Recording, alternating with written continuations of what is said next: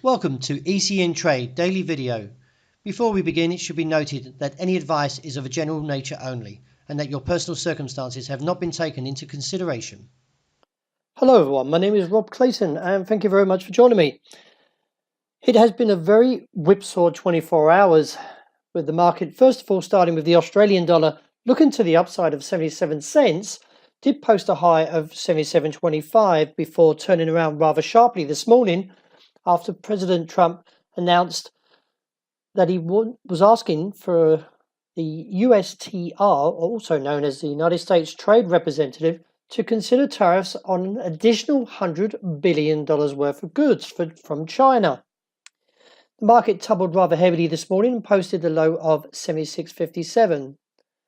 Overall, from a technical point, I'm still bearish and I'm still looking down towards 76.30-35 and do expect to see possibly towards that region some position squaring or profit taking.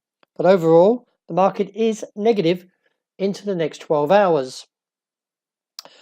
So from the news of President Trump, the euro-dollar has stayed slightly a weaker stance and records a low of 122.37 and closing in on this level of 121.80 to 122 the figure.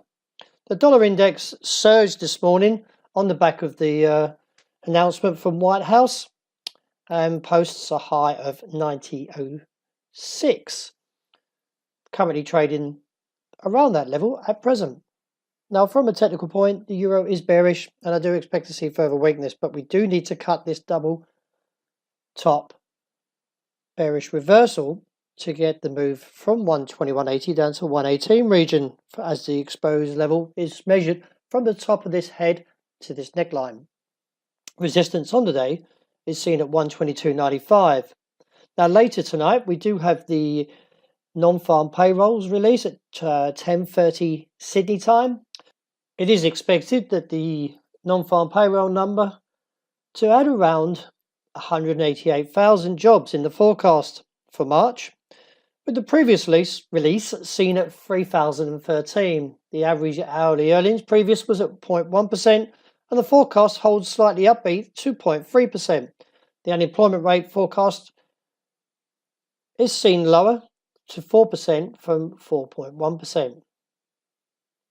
So also we have Jerome Powell to speak later as well. So overall, I do expect to see a bullish US dollar.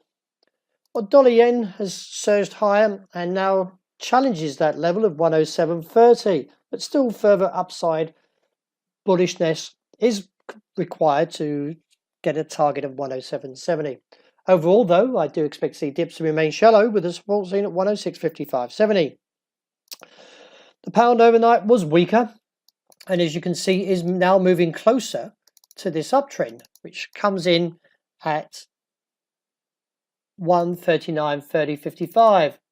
Overall, I do expect to see this level at least challenge once, and if broken, could see a further fall towards the region of 137. Resistance into today looks at 140.60.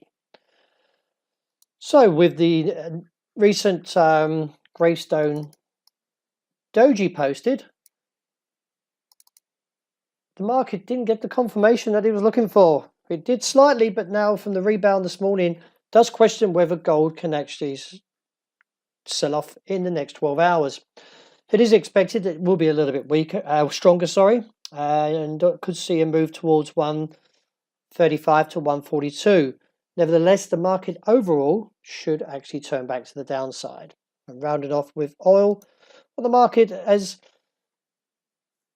not quite confirmed this dragonfly doji, but nevertheless, we could see the rebound again from that uptrend that's risen now from around 61.5. But overall, could see a little bit of weakness given back that the indicators are still swaying to the downside. But with President Trump's announcement this morning has confused myself as well as the market. So let's see how it all plays out into today. And don't forget, look out for the non-farm payrolls tonight. So that wraps up for today. Thank you very much for joining me. And I hope you enjoy the rest of the day and also the weekend.